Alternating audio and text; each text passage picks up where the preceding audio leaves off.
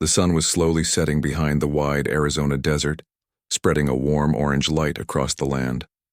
The wind moved softly through the dry grass, carrying the sound of distant birds. A cowboy named Luke Carson rode quietly on his brown horse, Dusty. Luke was a tall man with kind eyes, a strong heart, and hands that had known hard work all his life. He wasn't rich or famous, but he was respected by everyone who knew him. People said Luke had a good soul, the kind that never turned away from someone in need. Luke had spent the whole day working with cattle, fixing fences, and checking on the water wells around his small ranch. It had been another long, tiring day, and he was thinking about having some beans and coffee when he got home. But as he rode across the open land, something strange caught his attention. Far away, beyond a line of rocky hills, he saw a thin trail of smoke rising into the sky. It didn't look like a campfire. It was too thick and dark. Luke stopped his horse, his eyes narrowing. Then he heard it, faint cries carried by the wind. It was distant, but he was sure of it. Someone was in trouble. Luke's heart began to beat faster. The desert wasn't a safe place. There were wild animals, bandits, and people who would harm others without a second thought. He could have ignored it and gone home pretending he hadn't seen anything. But that wasn't Luke's way. He had lived by a simple rule his whole life. If someone needed help, you help them no matter what it costs. He turned his horse toward the smoke and urged it forward. The desert air grew heavier and the smell of burnt wood filled the air. As he got closer, Luke saw an overturned wagon near the edge of a rocky canyon.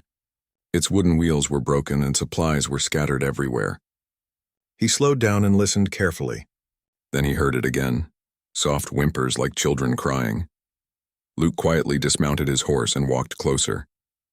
Behind the broken wagon, he saw two small Apache girls, no older than 10 or 12. Their clothes were torn and their faces were covered in dust. One of them held the other protectively, her eyes filled with fear. They looked at Luke as if unsure whether he was friend or enemy. Before Luke could speak, he heard rough voices not far away. Outlaws. They were laughing and shouting near the rocks. From their voices, Luke could tell they were proud of what they had done, and that made his blood run cold. He peeked around a boulder and saw them. 3 men, dirty and careless, going through what was left of the wagon. They hadn't seen the girls hiding behind it, and they didn't know Luke was there. Luke knew he was just 1 man against 3. But that didn't matter. He couldn't walk away. He whispered to his horse to stay quiet, then carefully reached for his old Winchester rifle. The metal felt cool in his hands. He took a deep breath and stepped out from behind the rock. "Hey!" he shouted, his voice steady and strong. The outlaws turned in surprise. The sight of the lone cowboy with a rifle in his hand stopped them cold. Luke didn't fire. He didn't need to. His eyes were enough to show he meant every word when he said, "Leave now." The men exchanged nervous glances. They weren't used to someone standing up to them. The desert wind blew dust between them as the moment hung heavy. Finally, one of them spat on the ground and muttered, "Ain't worth it," before they climbed onto their horses and rode off. Luke stayed still until the sound of hooves faded into the distance. Then he lowered his rifle and turned toward the wagon. The 2 girls were still there, staring at him. He took off his hat and spoke softly. "It's all right now. You're safe." At first, the girls didn't move. They didn't understand his words, but they understood his tone. It was gentle, the voice of someone who meant no harm. Slowly, the older girl stepped out, still holding the younger one's hand. She looked up at Luke with cautious eyes. Luke smiled kindly. "You must be hungry," he said, kneeling down to their level. He pulled out his water canteen and offered it to them. They hesitated, then took it, drinking greedily. The older one nodded as if to say thank you. Luke noticed the younger girl was limping. Her ankle looked swollen and she winced whenever she tried to step on it. Without saying anything, Luke carefully lifted her up into his arms. She was light as a feather. He placed her gently on his horse, then helped the older girl climb up behind her. The sun had nearly disappeared by now, and the first stars were appearing in the deep purple sky. Luke led the horse by the reins as they began the long walk back to his cabin. The desert at night was quiet, except for the sound of their slow footsteps and the distant cry of coyotes. The older girl looked at the stars as they walked, whispering something in her native tongue. Luke didn't understand the words, but he could tell she was praying, maybe thanking the spirits for sending someone to save them.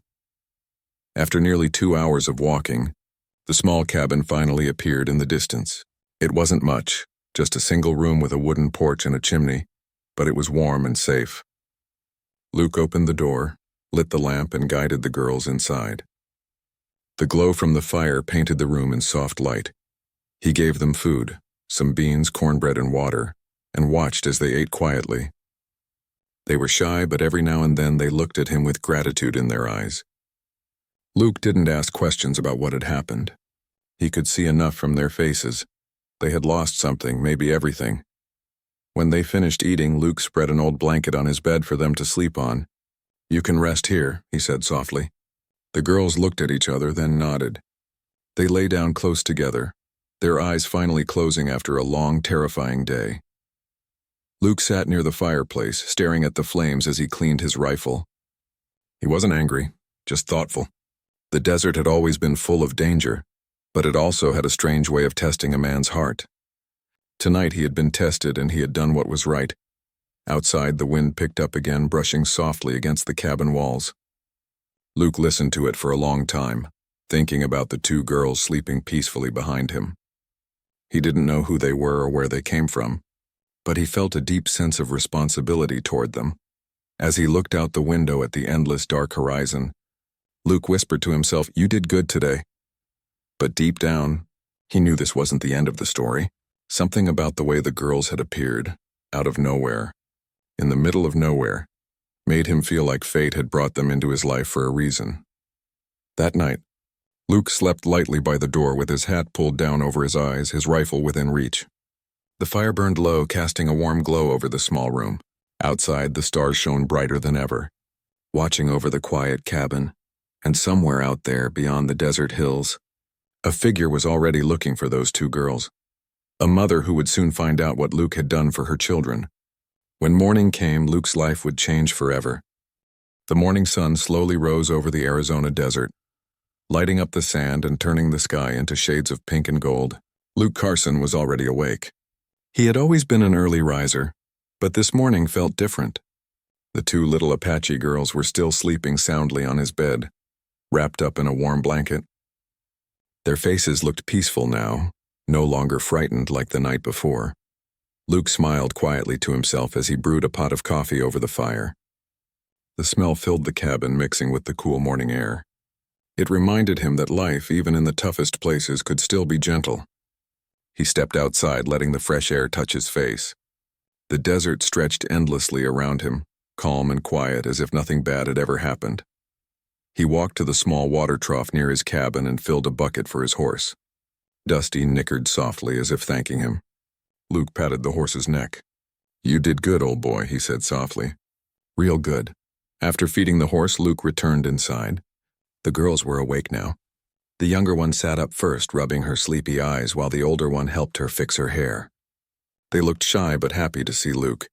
He smiled warmly and said, "Good morning." They didn't understand the words, but they could feel his kindness. He offered them some breakfast, biscuits and honey with warm milk. They ate quietly, stealing small glances at him now and then. The older girl suddenly pointed toward the door and said something in her language. Her tone sounded hopeful, like she was telling him that someone would come. Luke nodded. "Your family?" he asked, pointing toward the horizon. The girl nodded quickly. Her eyes brightened. That was a good sign. Luke felt relief.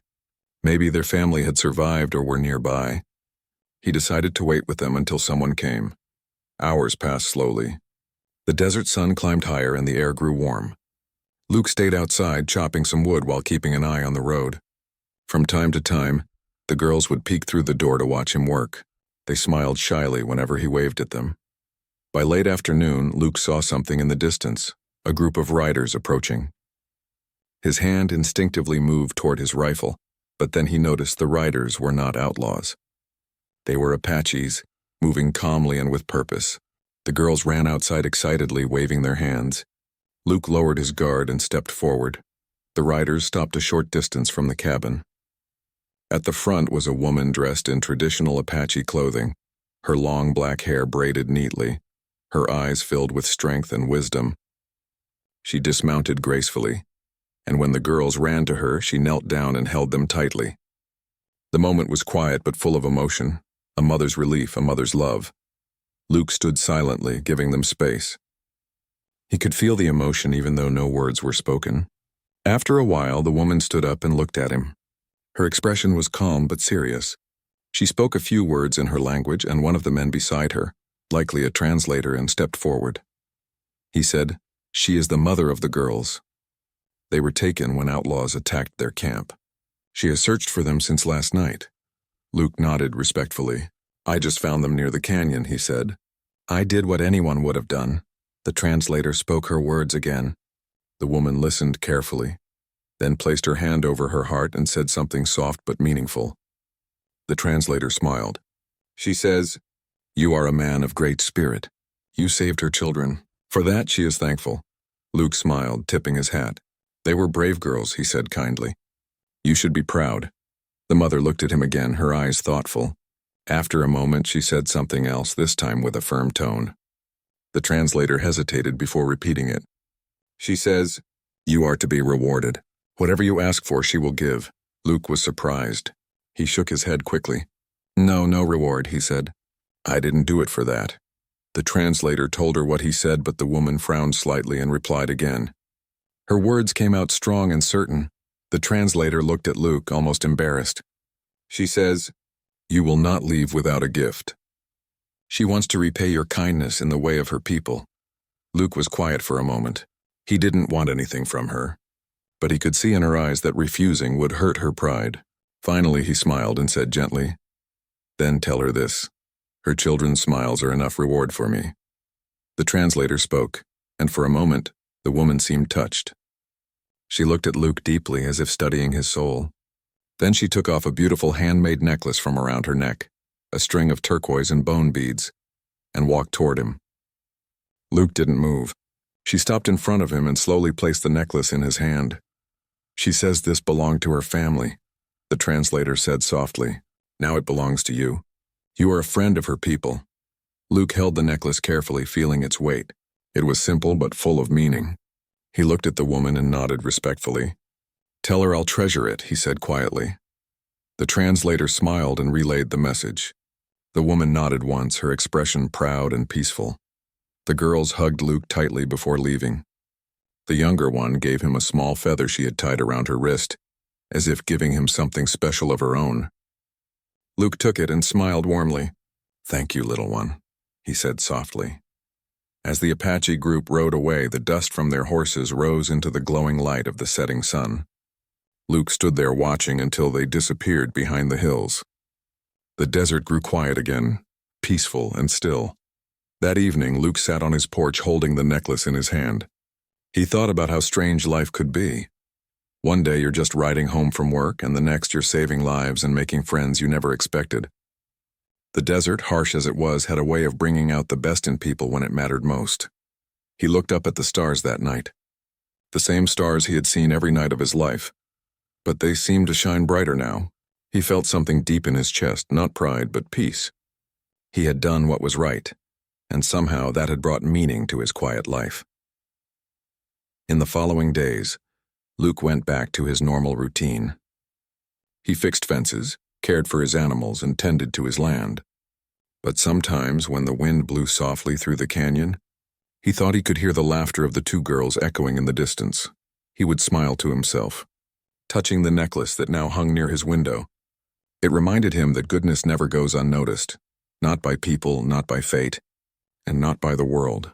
And though he never saw the Apache family again, Luke knew that somewhere out there, they remembered him too. The cowboy who had risked his life to save two lost children in the heart of the desert. From that day forward, people in nearby towns told stories about the quiet cowboy who stood against danger with courage and kindness. Some said he was blessed by the spirits. Others said he was just a man with a good heart. But Luke never cared about the talk. For him, the reward had already been given. The moment he saw those two little girls safe in their mother's arms, smiling at him one last time before riding away. And every evening, as the sun sank behind the golden hills, Luke Carson would look at the horizon and whisper to himself, "That's what life's about, doing the right thing when it counts."